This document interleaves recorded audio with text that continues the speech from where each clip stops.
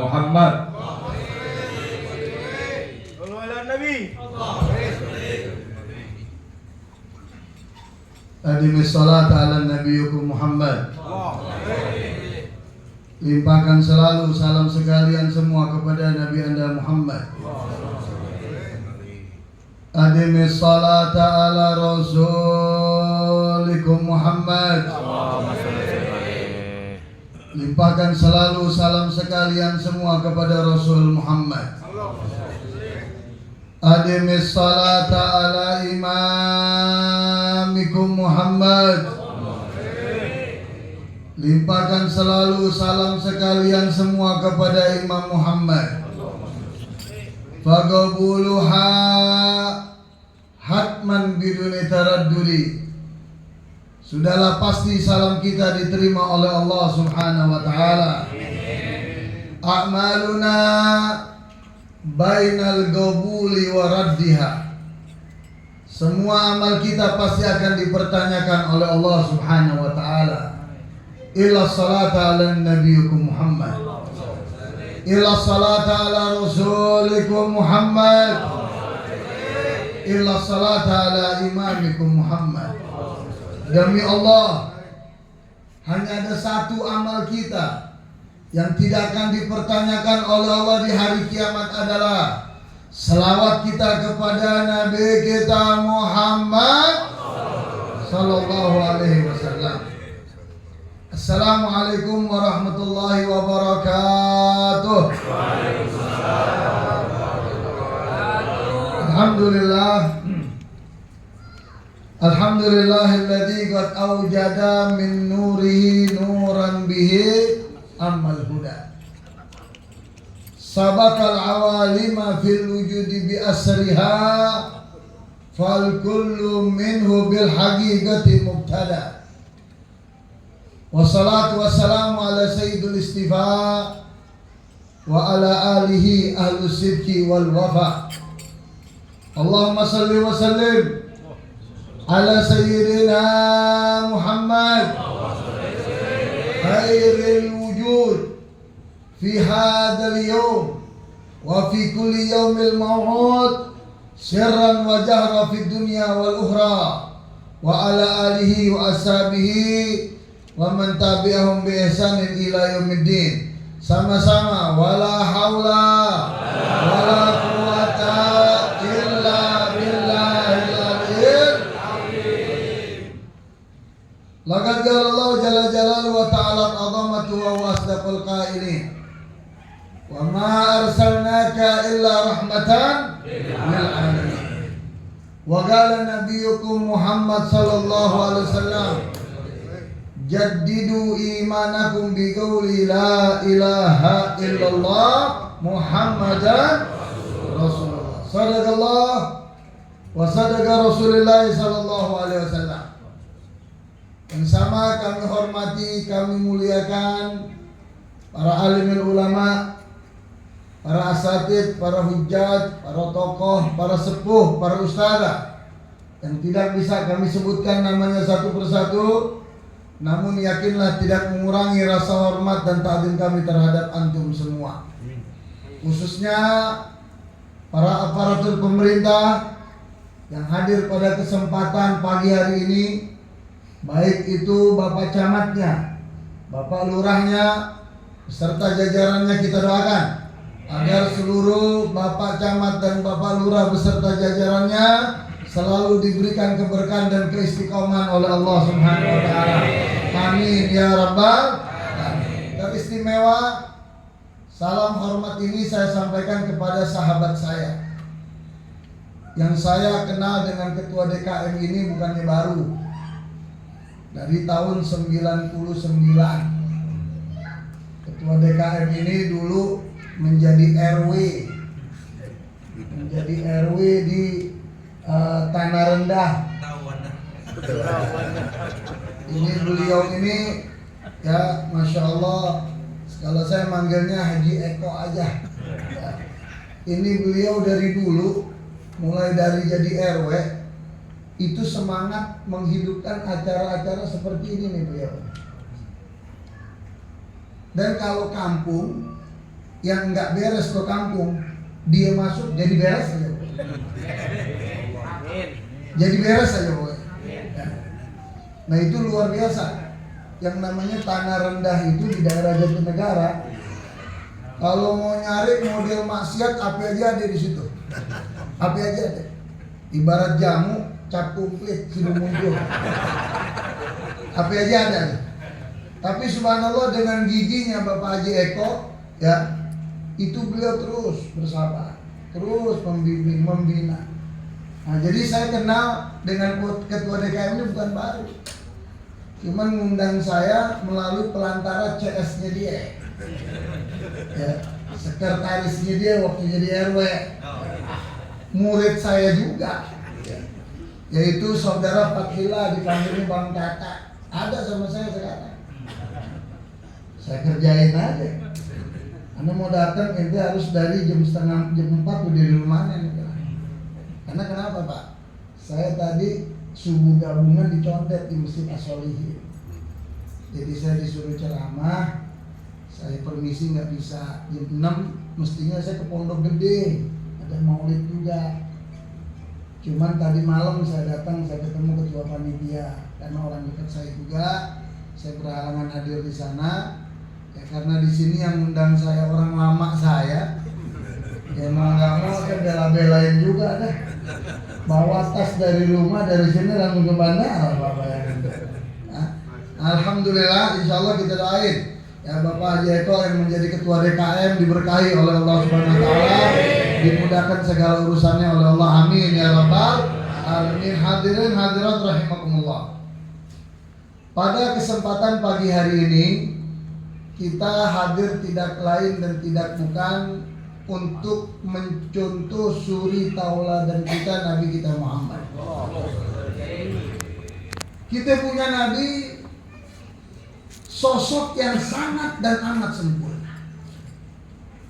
Makanya dikatakan oleh Habib Ali bin Muhammad Al-Habsyi, pengarang kitab Maulid Samtud Durar, beliau katakan Nabi itu bashar lakal bashar.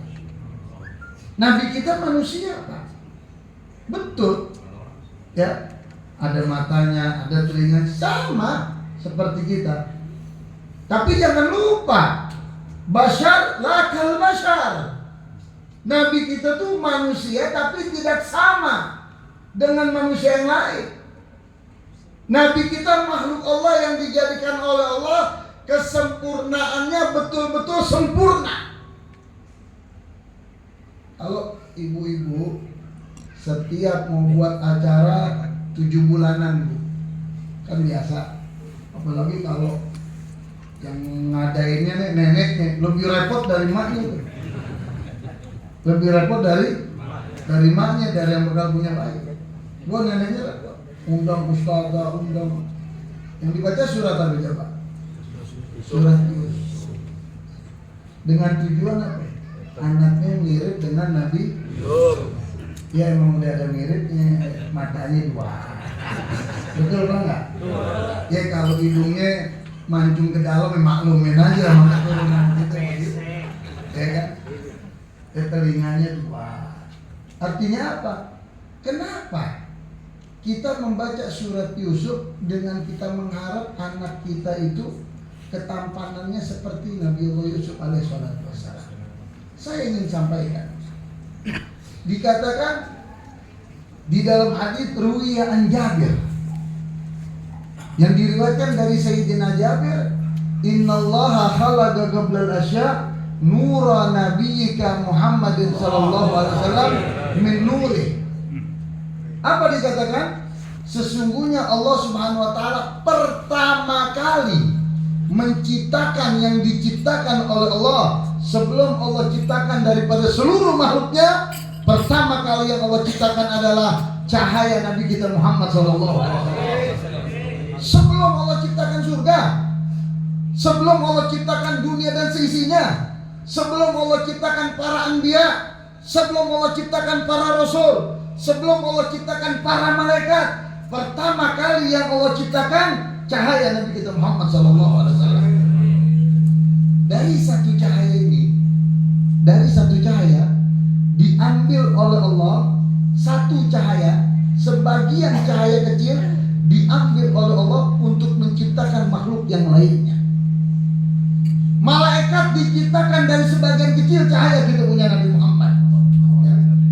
Coba mic-nya.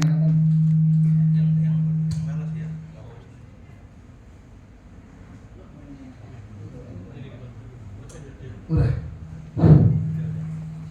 Iya. Biasa deh kalau pagi-pagi sarapannya telat, mic juga ikut begini. Ini pagi-pagi jam 6 setengah 7 kena nasi uduk tuh begini.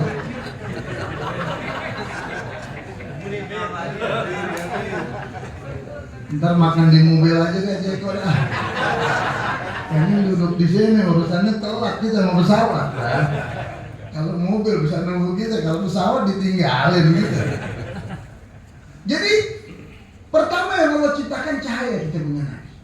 Malaikat diciptakan dari sebagian kecil cahaya Nabi kita. Rasul Nabi diciptakan dari sebagian kecil cahaya kita punya Nabi. Surga diciptakan dari sebagian kecil cahaya kita punya Nabi. Kalau saya mengibaratkan sebagaimana Imam Hasan al-Basri, Allah menciptakan 100 cahaya di dalam pribadi Nabi. Ada 100 cahaya di dalam pribadi Nabi. Satu cahaya dari 100 tersebut diambil oleh Allah untuk diciptakan seluruh makhluk Allah hingga hari kiamat nanti. Buktinya apa, Beb? Kalau malaikat itu diciptakan dari sebagian kecil cahaya kita punya Nabi. Buktinya apa, Beb? Kalau Nabi kita Muhammad itu lebih mulia dari malaikat. Yuk kita lihat bagaimana waktu Nabi dipanggil oleh Allah untuk melaksanakan Mi'raj. Ingat Pak, dipanggil pergi dengan keinginan seseorang, dengan kemauan sendiri itu beda. Begitu Nabi dipanggil oleh Allah untuk melaksanakan Mi'raj, singkat cerita sampai Sidratul Muntaha, Hadratul Itlaq, malaikat Jibril dari langit pertama terus ikutin Nabi nganter Nabi. Nganternya malaikat Jibril itu bukan sejajar sama Nabi, bukan. Malaikat Jibril ada di belakang kita punya Nabi Muhammad. Apa yang dilakukan oleh malaikat Jibril? Kayyana lusudada, untuk mendapat keberkahan dari kanjeng kita punya Nabi Muhammad. Malaikat Jibril mengharap keberkahan dari kita punya Nabi. Lalu bagaimana kalau ada umatnya yang anti berkah dari Nabi? Anti marhabanan, anti selawat, anti maulid. Yang Anda rayakan ini apa? Dari mulai sebelum subuh, habis subuh kita berzikir, berselawat, nggak keluar panca indera kita kecuali melakukan apa yang telah diridhoi oleh Allah Subhanahu wa taala. Akhirnya sampai di Sidratul Itlaq, Sidratul Muntaha, malaikat Jibril nggak bisa lagi nganterin kita punya Nabi. Apa kata malaikat Jibril? Ya Muhammad, law qaddamtuhu ihtaraktuhu, walakin law qaddamtahu ihtaraktahu. Ini bahasa Arab Pak, sastra bahasa Arab. Beda harokat, beda makna. Yang tahu ustadz doang ini. Antara ta sama tu itu ustadz yang tahu, yang belajar pesantren. Ini domir. Apa kata malaikat Jibril? Wahai Rasulullah, kalau aku yang masuk ke dalam, aku akan terbakar dengan cahaya yang ada di dalam Sidratul Muntaha. Tapi kalau kamu yang masuk ya Rasulullah, cahaya yang ada di dalamnya akan terbakar dengan masuknya kamu ya Rasulullah. Akhirnya malaikat Jibril madomnya, kedudukannya hanya sampai langit yang ketujuh. Menerusi perjalanan ke Sidratul Muntaha, malaikat Jibril tahu dirinya Allah kasih aku kedudukan hanya sampai sini. Padahal para ulama mengatakan kalau pada saat itu malaikat Jibril diajak oleh Nabi, ikut aja, nggak banyak komentar, ikut aja diajak oleh Nabi, maka malaikat Jibril akan selamat, akan masuk, dan malaikat Jibril akan langsung melihat wujudnya Allah Subhanahu wa taala. Tidak ada satupun makhluk Allah, baik itu malaikat, baik itu rasul, baik itu nabi, yang bisa melihat wujudnya Allah dan langsung berdialog dengan Allah. Hanya satu-satunya makhluk Allah itu Nabi kita Muhammad. Ini satu bukti Nabi kita lebih mulia daripada mereka. Apalagi daripada Rasulnya, apalagi daripada para nabinya. Mukjizat yang paling mulia, sekian banyak mukjizat yang dikeluarkan oleh para Rasul. Nabi Allah Musa, bagaimana dengan tongkatnya itu laut bisa terbelah. Bagaimana Nabi Allah Yunus, mukjizat yang dimiliki oleh para Rasul yang diberikan oleh Allah banyak. Tapi dikatakan oleh ulama sepakat, mukjizat yang paling mulia, mukjizat yang Allah berikan kepada Nabi kita Muhammad. Apa? Dari jari-jarinya memancurkan air. Sehingga dari jari-jari yang memancurkan air ini, air yang paling mulia di atas muka bumi, ya adalah air yang keluar dari jari-jari Nabi kita Muhammad. Setelah itu baru air Zam-Zam. Nah ini bukti kemuliaan kita punya Nabi. Oleh karena itu, dalam acara ini kita mencontoh akhlak kita punya Nabi, perangai, budi pekerti kita punya Nabi, semuanya ada. Apa yang gak ada sama kita punya Nabi? Akhlak, mohon maaf, masuk kamar mandi, keluar kamar mandi diajarin adabnya, doanya. Ente mau nyari pemimpin yang model apa coba? Mohon maaf deh, mohon maaf. Di saat suami istri sedang melakukan perhubungan suami istri, diajarin adab dan doanya bagaimana coba? Adab dan akhlak kita mau cari di mana? Pakai sendal diajarin adabnya, masuk rumah keluar rumah diajarin adabnya. Makanya tidak ada pemimpin yang sempurna di atas muka bumi ini melainkan Nabi kita Muhammad SAW. Apalagi di sini disebutin, di samping Nabi kita contoh akhlak dan perangai kita punya Nabi, disebutin ada 4. Yang pertama sidik, amanah, patona, tablik. Ini pemimpin ini. Ini ulama dan umaro harus punya 4 sifat. Ya, ini ulama dan umaro harus punya tuh sifat sidik, jujur. Jangan ngibul mulu jadi pemimpin. Tahu kan ngibul? Apaan? Bohong mulu kerjanya. Udah gak usah sebutin dah, itu tahu deh. Capek kita sebutin ya. Kemudian di samping sidik itu kejujuran, apa ditambahkan amanah. Harus amanah. Ini amanah Pak, istimewa Pak. Kenapa? Itu gunung dalam Al-Quran diceritakan ingin diberikan oleh Allah amanah. Fa'abaina wasfalna. Itu gunung nggak mau. Itu gunung takut menerima amanah dari Allah, nggak berani. Tidak ada makhluk Allah yang diberikan sifat amanah kecuali umat Nabi Muhammad SAW. Kemudian fatona, pintar, cerdas. Cari pemimpin yang cerdas.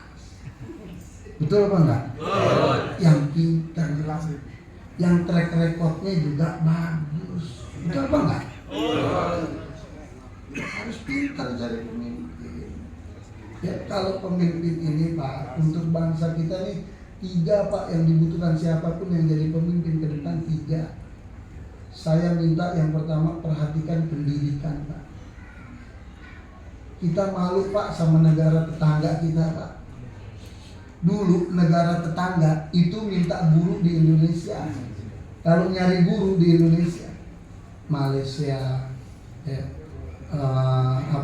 Singapura, ya, Brunei, itu negara-negara jiran kita Pak. Kalau nyari guru itu mintanya dari Indonesia. Kenapa sekarang orang Indonesia belajar di sana?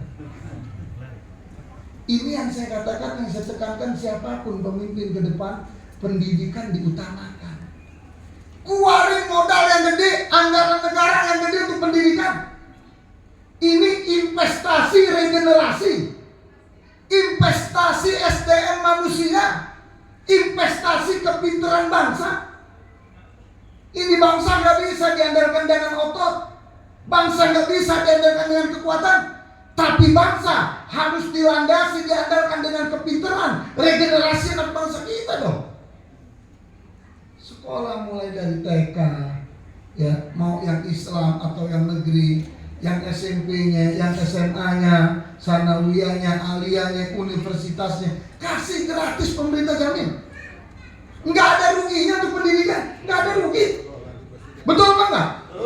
Nggak rugi. Sekarang emak-emak kesian ibu-ibu.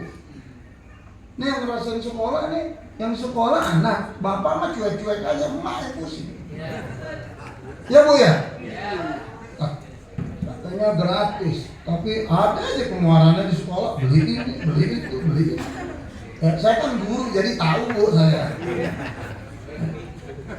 Jadi ini pendidikan, siapapun yang jadi pemimpin. Yang kedua, ya, di samping pendidikan itu adalah diperhatikan ekonomi. Ekonomi perhatikan dong. Kita sekarang bagaimana ekonomi kita mau maju kalau pendidikan anak bangsa ini udah ketinggalan, Pak? Bagaimana? Sekarang kalau dulu 26 tahun yang lalu, 26 tahun yang lalu, itu mantan presiden kita Pak Soeharto sudah bilang, kalian ini yang muda-muda siap-siap 25 tahun lagi kalian akan memimpin bangsa ini. Dan akan ada pasar terbuka. Buktinya apa? Negara kita belum sanggup. Belum mampu. Kenapa sekarang Tanah Abang bangkrut, ditutupin semua? Pasar-pasar yang milik rakyat ini semuanya tutup, kalah dengan yang ada di macam-macam itu di HP, di online, kalah semua. Nah kita bingung Pak. Di pasar daster ya 20.000, di Shopee, di online 15.000, 10.000. Coba kita bayangin aja coba. Lampu kemarin ada murid saya. Saya nggak pernah Pak Bu beli di online, saya nggak pernah. Saya selalu berusaha kalau masih ada warung ya yang bisa saya beli di warung, saya beli di warung. Ke Alfa aja saya jarang. Saya cari warung orang kita, biar mahal beda 1.000-2.000 nggak apa-apa dah. Yang penting kita hidupin warung saudara kita. Ngasih dagang apa kagak, kita hidupin aja udah belanja.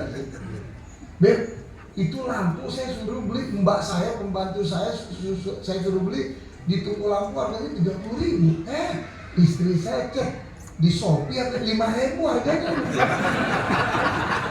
Mereknya sama, terangnya sama. Saya suruh beli aja 20 biji deh untuk simpan. Nah pertanyaannya, kenapa kok bisa murah? Ayo. Ini saya heran juga. Pemimpin kita baru sadar. Ingat, nggak mungkin secara logika ada barang semurah itu, Pak. Nggak mungkin. Tapi data kita, penjajahan melalui ekonomi itu kita sudah dicekoki, Pak. Walaupun telat, nggak apa-apa dah. Pemerintah kita keburu sadar. Ada satu yang ditutup, ntar tutup aja deh yang lain, Pak. Ini bahaya, data kita ini udah terambil. 120 juta udah keambil data rakyat Indonesia melalui belanja-belanja online. Ini jangan Anda pikir gak bahaya. Nah, ini penting. Yang ketiga, ya, urusan apa? Urusan makan nih, urusan perut. Diperhatikan, pangan diperhatikan. Nah, oleh karena itu, ya, kalau pemimpin itu punya sifat apa? Yang ketiga, cerdas, pintar, punya pendirian. Itu yang ketiga, pemimpin. Dan yang keempat, yang terakhir, tabligh, bisa menyampaikan, ya, yang hak itu hak, yang batil itu batil. Sekarang di sini ada Bapak Camat, ada Lurah. Saya sarankan Pak Camat, Pak Lurah, kalau tanda tangannya masih bisa berlaku untuk umat, tanda tangan aja Bang, gak usah ragu-ragu. Betul? Ini ada masjid, ada musola, ada macam-macam, ingin wakaf, ingin apa, yang bersangkutan untuk umat, tanda tangan, ringanin tanda tangan ini. Kenapa? Mumpung tanda tangan Bapak Camat dan Lurah masih berlaku. Betul? Nah kalau dia nggak jadi camat, nggak jadi lurah gimana? Hah? Ini udah nggak jadi lurah, udah pensiun. Dulu 20 tahun lalu saya jadi camat, 20 tahun lalu. Anda minta tanda tangan ini dah. Inti gua kelurahan tanda tangan camat 20 tahun lalu berlaku gak sama lurah? Nah, ini penting, tanda tangan penting. Makanya dakwah itu jangan cuma dibilang dakwah itu bebannya ulama. bebannya kiai, bebannya ustaz. Enggak. Makanya dikatakan dalam Al-Quran itu apa? Enggak dipisah nih antara ulama sama umaro, enggak dipisah. Selalu bergandengan.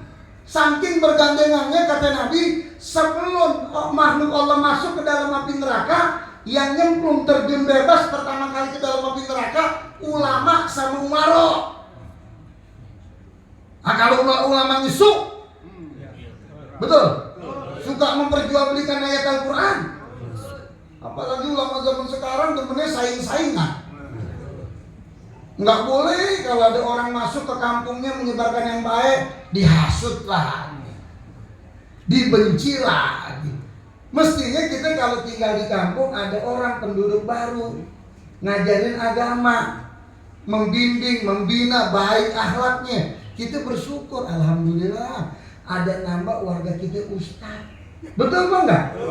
Nah daripada nambah bandar narkoba, lu mau bilang apa? Nah ini penting untuk kita saling menerima, itu penting. Nah kemudian yang terakhir ya, jam berapa nih? Nanti main terus-terusan. Kalau gue ketinggalan tiket gimana? Saya mau berkalian ada dua akhir tausiah saya.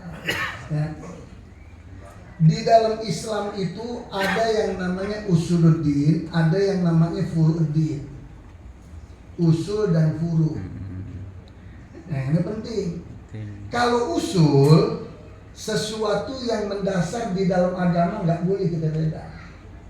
Umat Islam kalau urusan usul yang mendasar dalam agama nggak boleh beda.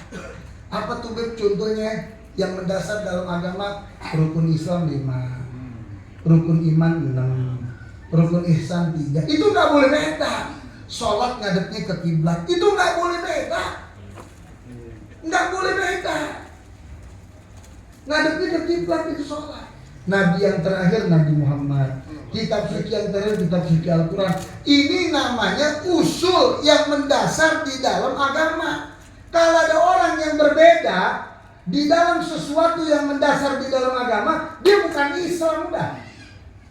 Dia yakin. Saya percaya kok kalau Nabi Muhammad itu Nabi. Tapi saya tidak yakin Nabi Muhammad itu Nabi yang terakhir. Kafir udah. Saya percaya kok kalau Al-Quran itu adalah kitab suci yang Allah turunkan kepada Nabi Muhammad. Tapi saya tidak yakin kalau Al-Quran itu kitab suci yang terakhir yang Allah turunkan. Udah kafir dia. Kenapa? Sesuatu yang mendasar nggak boleh berbeda. Kemudian furu'uddin, cabangnya agama boleh beda. Apa tuh dia cabangnya agama? Ya, saya kasih contoh. Misalnya masalah kunut. Ada satu masjid sholat pakai kunut. Ada yang satu lagi masjid sholat nggak pakai kunut. Ya. Dua-duanya saya mau tanya, yang pakai kunut sama yang nggak pakai kunut benar apa enggak? Yang nggak benar yang mana? Udah pintar orang jadi. Baru ngaji sebentar pintar sama gue loh. Jadi yang pakai kunut benar, yang nggak pakai kunut benar. Yang nggak benar yang nggak. Apalagi adzan jam 4 lewat dikit. Isyraq 5:30 sekarang. Nah jadi ini masalah kunut nggak usah kita ribut. Ini cabangnya agama. Jangan kita umat Islam diadu urusan kunut. Ini kan ulama ada 4. Selama perbedaan itu tidak keluar dari 4 madhab, Maliki, Hanafi, Syafi'i, Hambali, tidak keluar dari 4 madhab, nggak ada masalah itu perbedaan. Yang penting tidak keluar. Cuman yang tidak pakai kunut jangan mempengaruhi merubah masjid yang sudah pakai kunut. Oh ini masjidnya pakai kunut dari dulu, turun menurun dari dulu nih masjid pakai kunut. Nah yang sholat nggak pakai kunut, jangan maksain jadi imam, jangan merubah mempengaruhi masjid itu agar tidak pakai kunut. Yang nggak pakai kunut juga jangan yang pakai kunut berusaha merubah orang nggak pakai kunut. Jangan. Kita lihat antara Imam Malik dengan Imam Syafi'i. Ini yang dibilang ikhtilaf ummati rahmah. perbedaan umatku rahmat ini. Imam Malik nggak pakai kunut, Pak. Imam Syafi'i datang. Imam Malik ini gurunya Imam Syafi'i. Imam Syafi'i datang bermalam nginep di tempat gurunya Imam Malik. Begitu subuh kata Imam Syafi'i, kata Imam Malik, wahai Syafi'i, maju kamu jadi imam. Imam Syafi'i jadi imam. Ya, habis itidal biasanya kan Imam Syafi'i kunut. Enggak pakai kunut, langsung sujud. Selesai sholat ditanya oleh muridnya, wahai guru, apakah pendapat guru sekarang sudah berubah? Sholat subuh sunnah enggak pakai kunut. Bukankah kunut itu sunnah? Kalau ditinggalkan dianjurkan untuk sujud sahwi. Kata Imam Syafi'i, enggak, aku tetap pakai kunut. Kunut itu sunnah untuk aku. Kenapa saya tidak pakai kunut? Untuk menghargai guru saya yang mengatakan subuh enggak pakai kunut. Ribut apa enggak? Tenang, enggak ribut. Imam Malik datang ke tempat muridnya Imam Syafi'i, disuruh jadi imam subuh. Imam Malik yang nggak biasa, yang nggak pakai kunut Imam Malik. Allahumma hadina fi man hadayt. Selesai sholat ditanya oleh muridnya, wahai guru, apakah guru berubah sekarang sholat subuh pakai kunut yang biasanya nggak pakai kunut? Kata guru, enggak, kata Imam Malik sama muridnya, aku nggak pakai kunut. Kunut tidak sunnah untuk aku. Tapi kenapa? Untuk menghargai murid aku yang mengatakan sholat subuh itu pakai kunut sunnahnya. Enggak ribut. Antara Imam Malik dan Imam Syafi'i enggak saling ribut, enggak gontok-gontokan. Ini contoh cabangnya agama. Sama sholat ibu, Pak. Sholat kalau kita kan takbir, Imam Syafi'i ngajarin enggak boleh tangan kita lebarin jari-jarinya, enggak boleh kita rapetin, enggak boleh juga kita dengakin, enggak boleh kita nunduk begini. Biasa aja. Biasa jari-jari nunduk sedikit. Allah, telinga kan jempol kanan kiri di bawah telinga. Allah. Ini ajaran kita Imam Syafi'i. Karena yang rukun itu ucapan Allahu Akbar nih, bukan angkat tangan nih. Nah, tapi ada orang takbirnya beda, nggak kayak kita. Takbirnya jauh. Kayak mau nondok kecapi.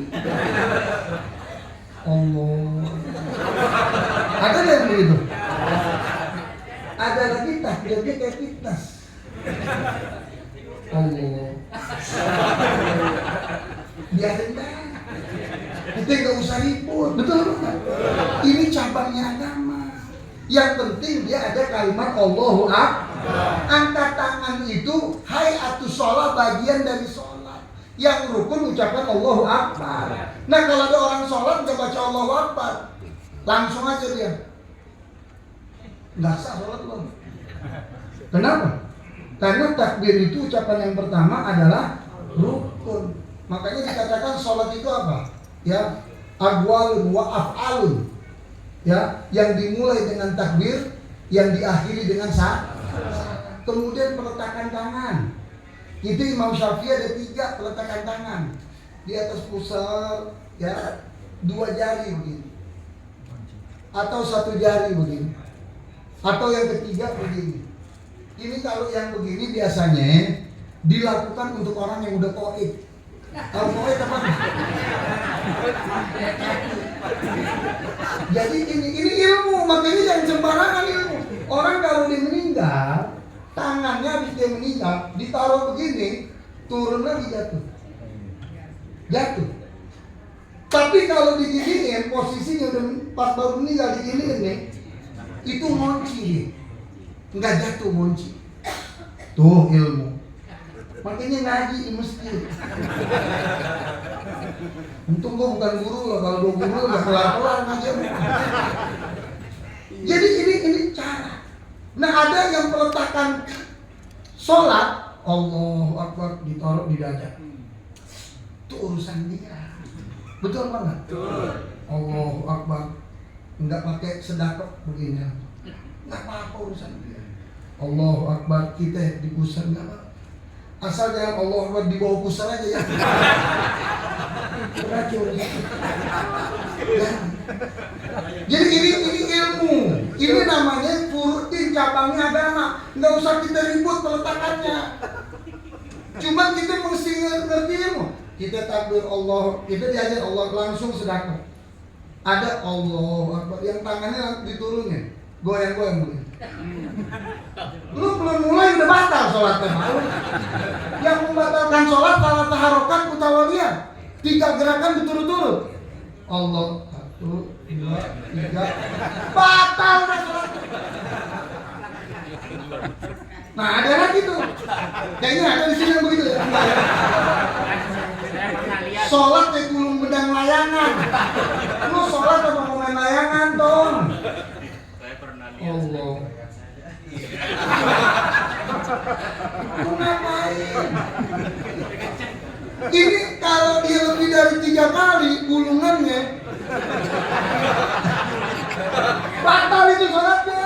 Ya ayo, batal dia kok. Allah. 1, 2, 3 batal. Makanya ini hati-hati. Makanya pesan Habib, kalau urusan cabang agama nggak usah kita ribut, tapi ikuti pemahaman mazhab kita masing-masing. Kita di Indonesia mayoritas mazhab Imam Syafi'i. Ikutin aturan mazhab Imam Syafi'i yang sempurna, kita ikutin. Yang bagus. Kita sholat misalnya, kalau ada yang kosong di sebelah kiri kita, ya kita geser aja sedikit. Karena sholat itu 1 jengkal, paling jauh 1 dirok, setengah meter kurang lebih segini. Kalau di sebelah ada kosong, geser lagi dikit. Kanan lebih sunnah, banyakin kanan sok lebih sunnah. Jangan kalau misalnya kanan kosong, intikin dikit. Kiri kosong lagi, lo begini dah.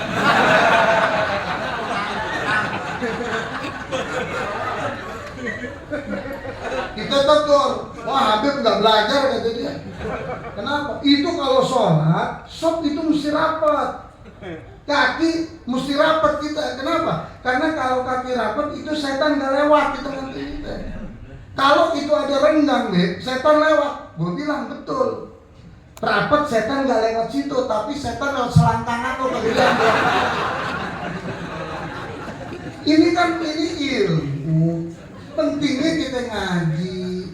Bagaimana ibu-ibu kan beda. Takbirnya ibu sama laki bagaimana, peletakan tangannya bagaimana. Kalau orang laki ada imam lupa ngingetinnya dengan subhanallah.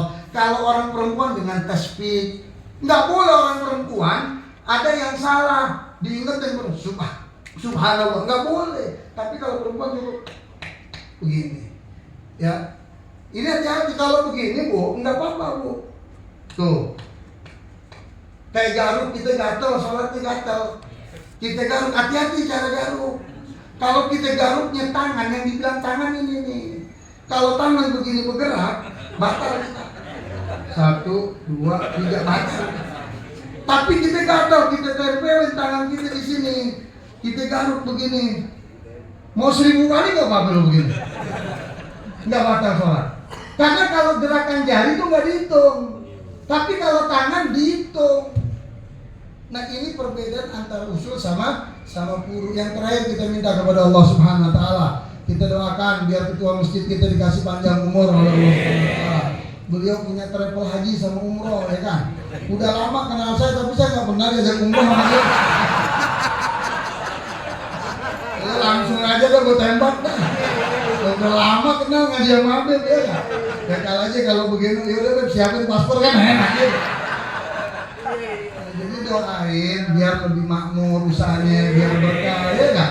Iya ntar untuk jamaah ya ada korting dah kan begitu. Nah kita minta juga para kiai, para ustadz yang ngajar di tempat kita dikasih berkah ilmunya.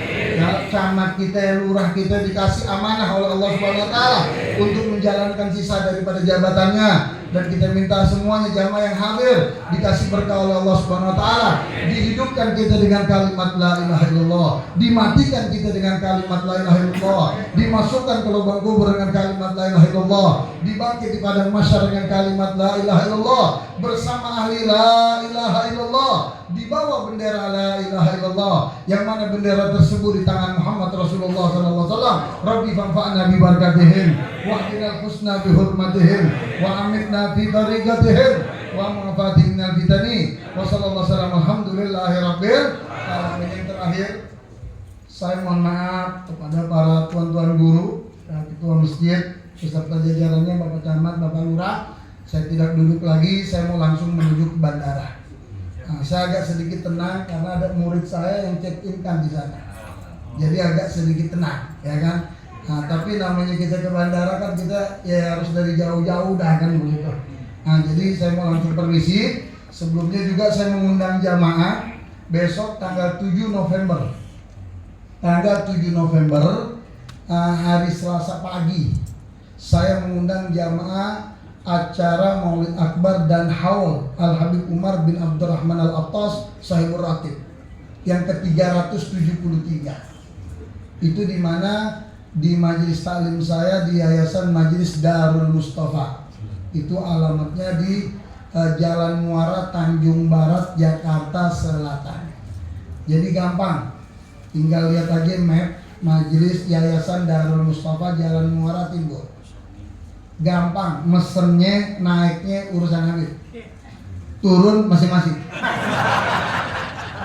Naik urusan Habib, turun. Lalu naik turun gua jamin kualat tuh. Nah, mungkin ini saja. Mohon maaf Ibu Bapak redoin ya, saya permisi ya. Mungkin ini saja. Wassalamualaikum warahmatullahi wabarakatuh.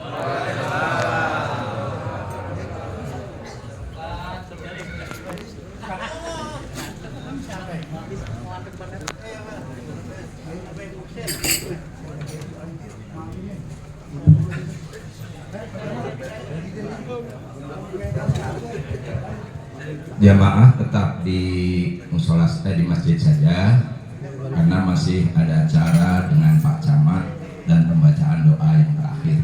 Jadi selamat jalan Habib Muhsin bin Zaid Al-Attas, semoga berkah perjalanannya.